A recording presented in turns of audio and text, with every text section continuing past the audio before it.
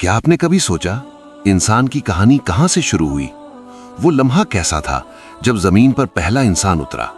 آسمانوں میں ایک اعلان ہوا، فرشتے حیران رہ گئے، اور ایک ایسی مخلوق تخلیق ہوئی جو مٹی سے بنی مگر عزت میں فرشتوں سے بلند قرار پائی۔ یہ ہے حضرت آدم علیہ السلام کی تخلیق اور جنت کا وہ واقعہ جس نے پوری انسانیت کی تقدیر کا رخ بدل دیا۔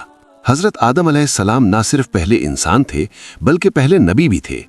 ان کی تخلیق اللہ تعالیٰ کی قدرت، حکمت اور رحمت کا عظیم مظہر ہے۔ قرآن کریم میں متعدد مقامات پر حضرت آدم علیہ السلام کا ذکر آتا ہے۔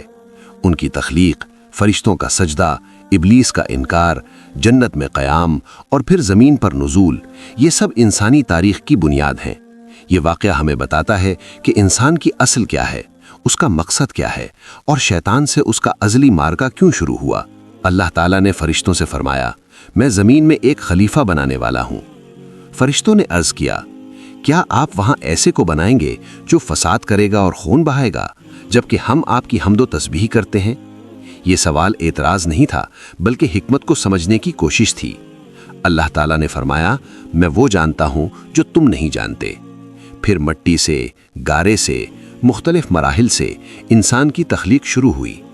قرآن بتاتا ہے کہ آدم علیہ السلام کو مٹی سے بنایا گیا، پھر اس میں روح پھونکی گئی، اور یوں ایک بے جان جسم اللہ کے حکم سے زندہ انسان بن گیا۔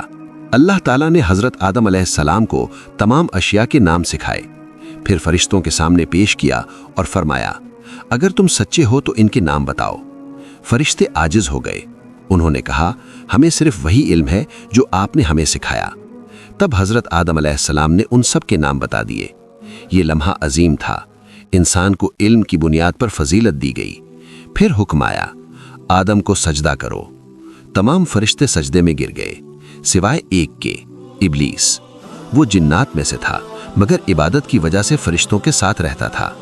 اس نے تکبر کیا، کہا، میں اس سے بہتر ہوں، مجھے آگ سے بنایا گیا، اسے مٹی سے۔ یہ پہلا تکبر تھا اور یہی اس کی تباہی کا سبب بنا۔ اللہ تعالیٰ نے اسے مردود قرار دیا، لیکن اس نے مہلت مانگی اور انسان کو گمراہ کرنے کا عہد کیا۔ حضرت آدم علیہ السلام کو جنت میں ٹھہرایا گیا، پھر ان کی تنہائی دور کرنے کے لیے حضرت حوا علیہ السلام کو پیدا کیا گیا۔ انہیں فرمایا گیا، تم دونوں جنت میں رہو، جہاں چاہو کھاؤ، مگر اس ایک درخت کے قریب نہ جانا۔ یہ ایک آزمائش تھی، آزادی بھی دی گئی مگر ایک حد مقرر کی گئی۔ شیطان خاموش نہ رہا، اس نے وسوسہ ڈالا، کہا، کیا میں تمہیں ایسا درخت بتاؤں جو ہمیشہ کی زندگی دے؟ بار بار کے وسوسے، نرم لہجہ، جھوٹی قسمیں۔ بالآخر حضرت آدم اور حوا علیہ السلام اس درخت کے قریب چلے گئے اور اس میں سے کھا لیا۔ فوراً ان پر اپنی ستر پوشی کا احساس ہوا۔ انہوں نے جنت کے پتوں سے خود کو ڈھانپنا شروع کیا۔ یہ نافرمانی بغاوت نہیں تھی بلکہ بھول تھی۔ جیسا کہ قرآن کہتا ہے کہ آدم علیہ السلام سے لغزش ہوئی۔ توبہ اور نزول زمین۔ اللہ تعالیٰ نے فرمایا، کیا میں نے تمہیں اس درخت سے منع نہیں کیا تھا؟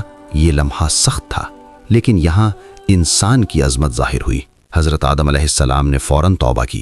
وہ الفاظ جو قرآن میں محفوظ ہیں، اے ہمارے رب، ہم نے اپنی جانوں پر ظلم کیا، اگر تو ہمیں نہ بخشے اور ہم پر رحم نہ کرے تو ہم خسارہ پانے والوں میں سے ہوں گے۔ اللہ تعالیٰ نے ان کی توبہ قبول فرما لی، لیکن زمین پر اترنے کا فیصلہ ہو چکا تھا۔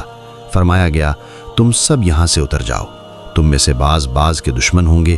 زمین میں تمہارے لیے ایک وقت تک ٹھکانہ اور فائدہ ہے۔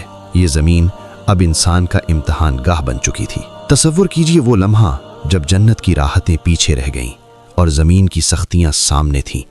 ایک نبی جو ابھی تخلیق ہوا تھا، جو جنت کی پاکیزگی میں تھا، اب زمین پر زندگی کا آغاز کرنے والا تھا۔